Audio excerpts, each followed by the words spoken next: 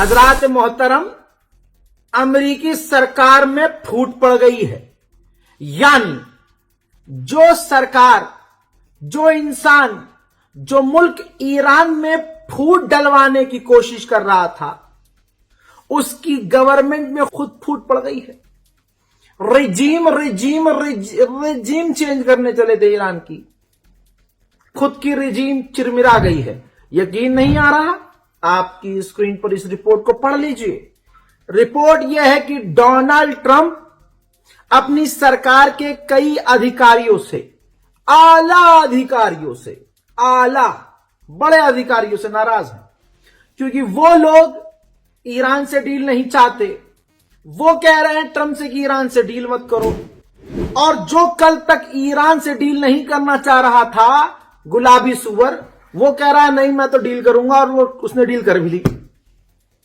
तो अब बात इतनी बढ़ गई है कि डोनाल्ड ट्रंप उन अधिकारियों को, ऊंचे अधिकारियों को उनके पद से हटा सकते हैं।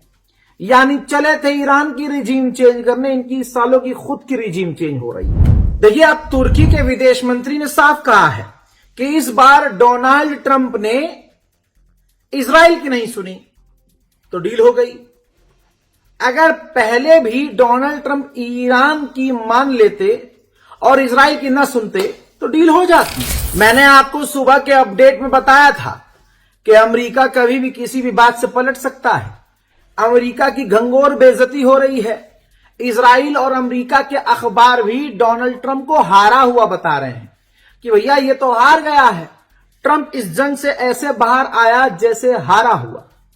अब डोनाल्ड ट्रंप ने कहा कि ईरान के अंदर $1 भी इन्वेस्ट नहीं करेंगे, हम पैसा लगाएंगे ही नहीं, ये सब अफवाह है। दूसरी तरफ डोनाल्ड ट्रंप ने कहा कि ईरान के अंदर हमें कई मुद्दों पर कामयाबी मिली है।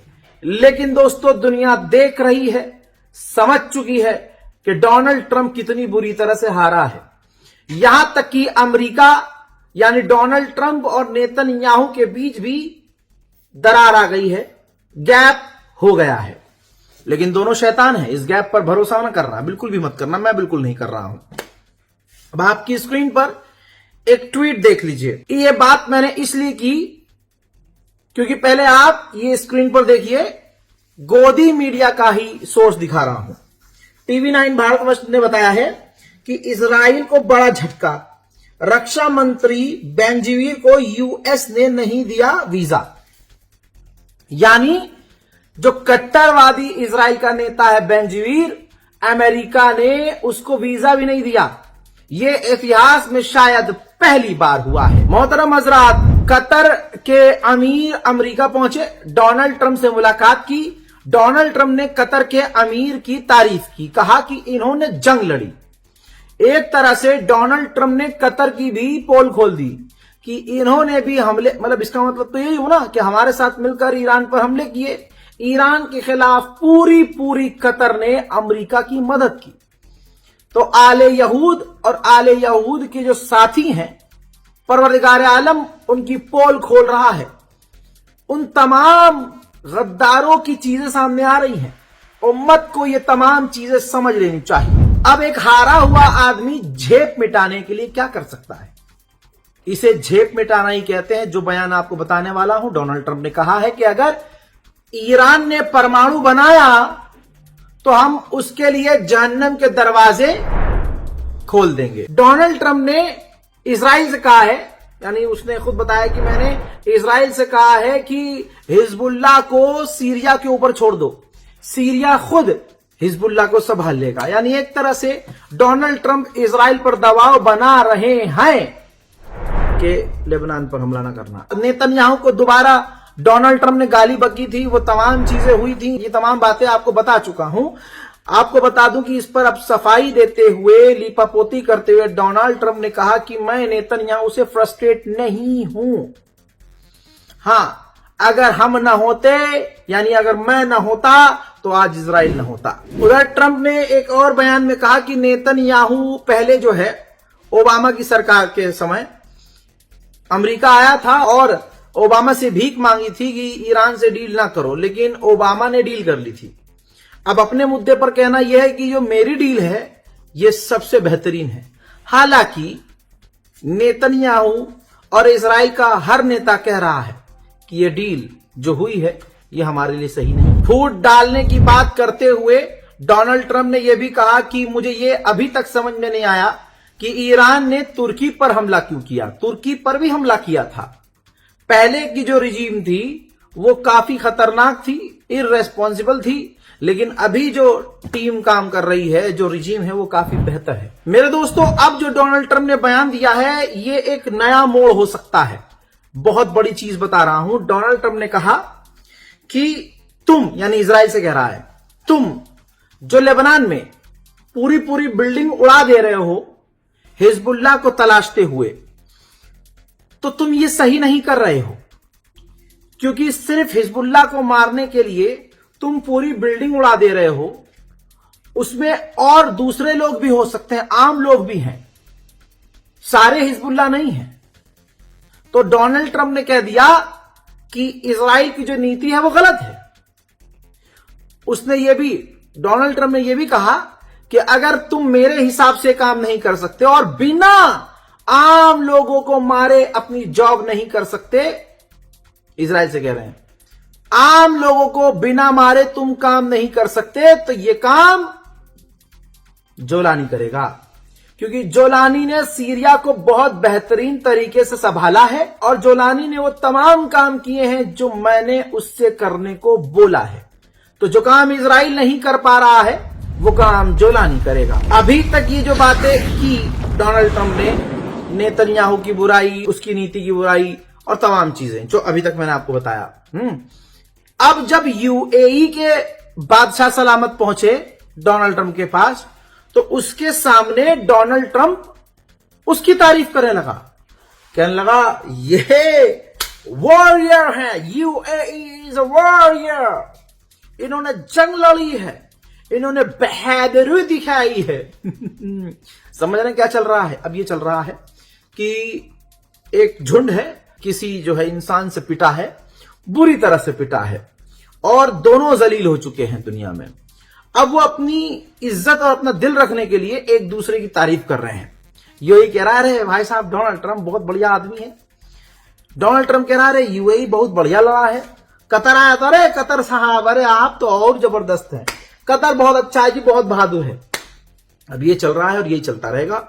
मस्त रहिए, मगन रहिए। मैं तो फिर भी कह रहा हूं तमाम उम्मत मुस्लिमा को दिल से मुबारकबाद। ये ईरान की जीत नहीं है, आप बस इतना मान लो। मुझे पता है ईरान से भी नफरत करने वाले बहुत सारे मुसलमान हैं, नाम निहाद मुसलमान। कम से कम यही सोच लो कि अल्लाह ताला ने, परवरदिगार आलम ने ईरान के जरिए शैतान को शिकस्त तो दी। बी पॉजिटिव भाई। ट्रंप ने यह भी कहा है कि जो हमारा रिश्ता था वो ईरान से ठीक हो गया है। ठीक हो गया भाई। कहता है कि हमारा जो एग्रीमेंट हुआ है उसमें एक बात बहुत क्लियर है कि ईरान परमाणु हासिल नहीं कर सकता। उसका एनरिच यूरेनियम हम ले लेंगे, यानी हम ले लेंगे और हम लेकर उसको तबाह कर देंगे, लेकिन हमें जल्दी नहीं है। समझ में नहीं आ रहा अभी भी आपको? भाई साहब कहते हैं ना, हवा निकली पड़ी है, चीथड़े पिछवाड़े के उड़े पड़े हैं। अब इसको यूरेनियम चाहिए पहले की तरह, लेकिन जल्दी नहीं है। ईरान की यूरेनियम को बर्बाद करना है, तबाह करना है, लेकिन जल्दी नहीं है। जो बात मैंने शुरू में बोली है, उन तमाम बातों को आप कंफर्म होते हुए देखेंगे। हवाई बातें रजाग्राफी नहीं करता है। सुनिए, डील का जो पेज है, क्योंकि भाई ऑब्वियसली फिजिकली फिर लिखा ही जाता है, कंप्यूटर से टाइप करके सारी डील जो प्रिंट आउट की जाती है। तो नेतन्याहू ने, यानी इजराइल की सरकार ने डोनाल्ड ट्रंप से कहा कि भाई वो पेज हमें दीजिए, एग्रीमेंट का पेज आप हमें दीजिए। डोनाल्ड ट्रंप ने मना कर दिया और डोनाल्ड ट्रंप का प्रशासन मोसाद इजराइल के साथ कोई भी डील की बातें शेयर नहीं कर रहा है। इजराइल इस वक्त पूरी तरह से फड़फड़ा रहा है। तमाम चीजों से बड़ी बात मुझे यह लग रही है कि ईरान के विदेश मंत्री अब्बास अराक्ची ने कहा कि सीज फायर पूरे इलाके के लिए है, इंक्लूडिंग लेबनान। यानी जिन भी मिडिल ईस्ट में इलाकों में अमेरिका और इजराइल का आतंक है, वहां उसको अपने आतंक को बंद करना होगा। डील के अंदर यह भी लिखित में है कि इजराइल ने लेबनान के जिन जिन इलाकों पर कब्जा किया है वो छोड़ना होगा। उधर आईआरजीसी ने कहा, एक बार फिर से रिपीट किया कि अगर दुश्मन ने कोई भी गलती की तो मुंह तोड़ जवाब दिया जाएगा। जैसे ईरान शुरू से ही तेल स्मगल करता था, वैसे ही इस स्ट्रेट ऑफ हॉर्मूज के बंद होने के बाद अमेरिका ने स्मगल किए हैं। यानी टैंकर से तेल भर के लेके आता था और दूसरे जहाज़ों को, खाली जहाज़ों को वो टैंकर से पानी में ही ट्रांसफ़र करके, यानी समुद्र में ही अपने दोनों जहाज़ खड़े करके, सामने वाले का, कस्टमर का भी टैंकर खड़ा करके, अपना टैंकर बाजू में लगाकर तेल ट्रांसफ़र करके, इस तरह से तेल स्मगल कर रहा था अमेरिका। ईरान ने आधिकारिक तौर पर इन्फॉर्म किया है कि ईरान की तरफ से डील पर साइन फिजिकली स्विट्जरलैंड में जिनेवा के अंदर खुद ईरान के पार्लियामेंट स्पीकर जाकर साइन करेंगे ईरान की तरफ से। दोस्तों, अगर देखा जाए, जैसा मैं आपको समझाने की कोशिश कर ही रहा हूं और आपने ये तमाम चीजें नोटिस भी की होंगी माशाल्लाह, कि इजराइल धोखा देता है। फितरत यही अमेरिका की भी है। इजराइल ये डील नहीं चाहता है, हर हाल में चाहता है कि ये डील खराब हो, और डील खराब करने का सिंपल तरीका है लेबनान पर हमले करना। आपको पता है, ये जब मैं आपको अपडेट दे रहा हूं, मेरे अपडेट देने से आधे घंटे पहले तक ये खबर कंफर्म हुई है मेरे पास, मतलब अभी कंफर्म हुई है खबर कि लेबनान पर इजराइल ने फिर से हमला किया है, और बल्कि ड्रोन हमला किया है। एक फुटेज सबूत के तौर पर दिखा रहा हूं, देखिए।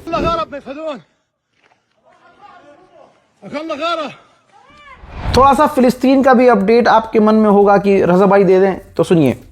फिलिस्तीन से खबर यह आ रही है कि पिछले 15 सालों में पहली बार यूरोमेड, यूरोप की मेडिकल संस्था, पिछले 15 साल से जो गाजा, फिलिस्तीन, वेस्ट बैंक में एक्टिव थी, पहली बार ऐसा हुआ है कि अब वो गाजा के अंदर काम नहीं कर पा रही है क्योंकि इजराइल उसे परमिशन नहीं दे रहा है।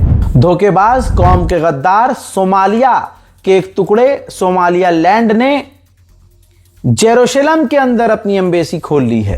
उधर इजराइल के सेटलर्स अंधभक्तों से अलग थोड़ी हैं, इसीलिए तो जाकर मोदी ने फादरलैंड बोल दिया, बाप बनाकर आ गए। यहां एक खास संगठन और खास समुदाय खुश हो गया कि अरे यार, ऐसे ही बनना है हमें, ऐसे ही। तो हमारे क्या यहूदी ही यदुवंशी हैं। इनकी अलग ही भाई चल रही होती है टट्टी खोरों की। अब वेस्ट बैंक में इजरायलियों ने फिलिस्तीनियों की प्रॉपर्टीज में आग लगाई है, देखिए।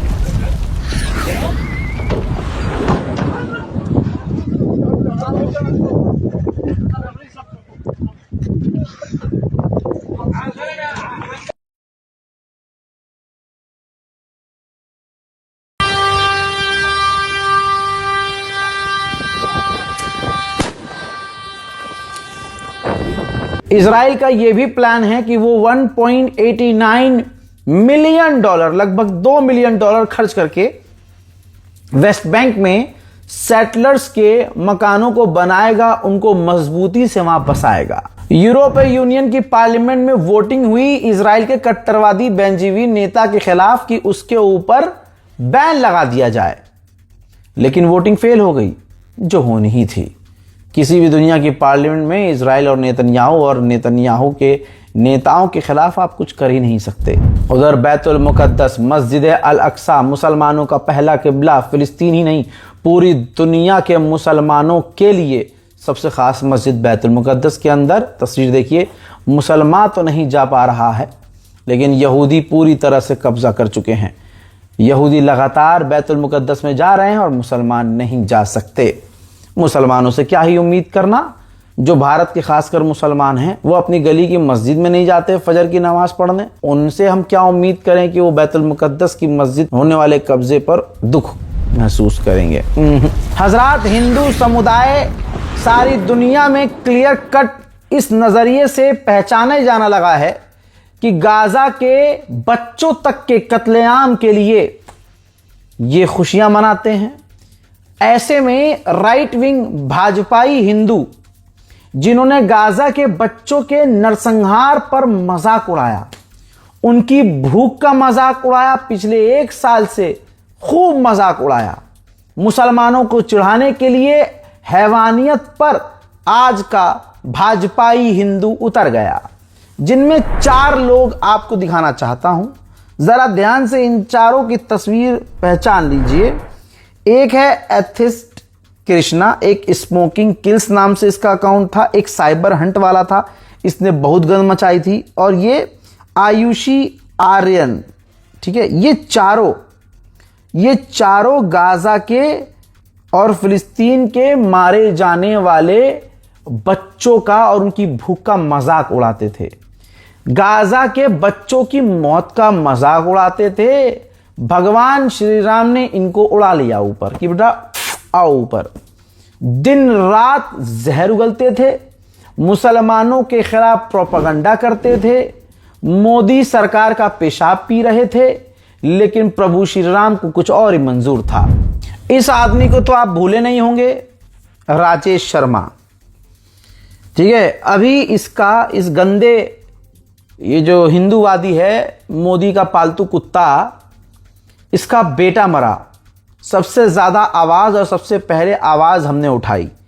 राइट साइड में इसके बच्चे की तस्वीर, जवान, कड़ियल जवान, खूबसूरत, कामयाब लड़का, अमेरिका के आतंकी हमलों में मारा गया, शहीद हो गया। मैं शहीद कह रहा हूं, लेकिन जिसके बेटे को मैं शहीद कह रहा हूं, गाजा के लिए और इजराइल के लिए उसकी मानसिकता क्या है, पोस्ट उसका आपके सामने है।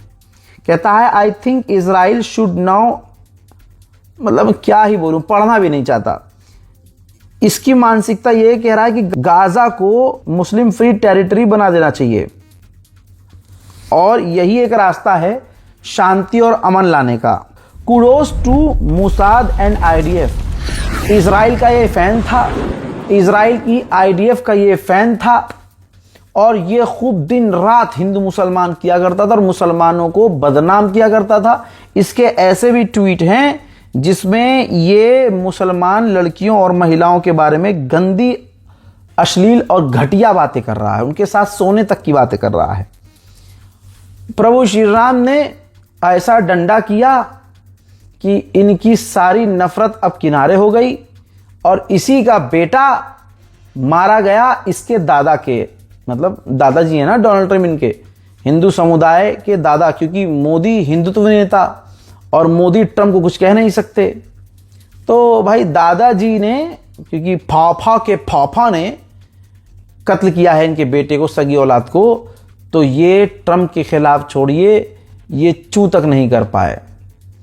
तो मुसलमानों की नफरत इस कदर है कि अगर आप देखें किसी के सीने में मुसलमानों के लिए नफरत है ना, तो वो अपनी सगी औलाद का भी नहीं हो सकता, उसकी लाश पाने के लिए तड़प रहा है। लेकिन मोदी सरकार और डोनाल्ड ट्रंप के आगे कोई सवाल नहीं कर रहा है। फिलहाल के अपडेट में इतना ही। ईरान की जीत आप सभी को मुबारक हो। जय हिंद।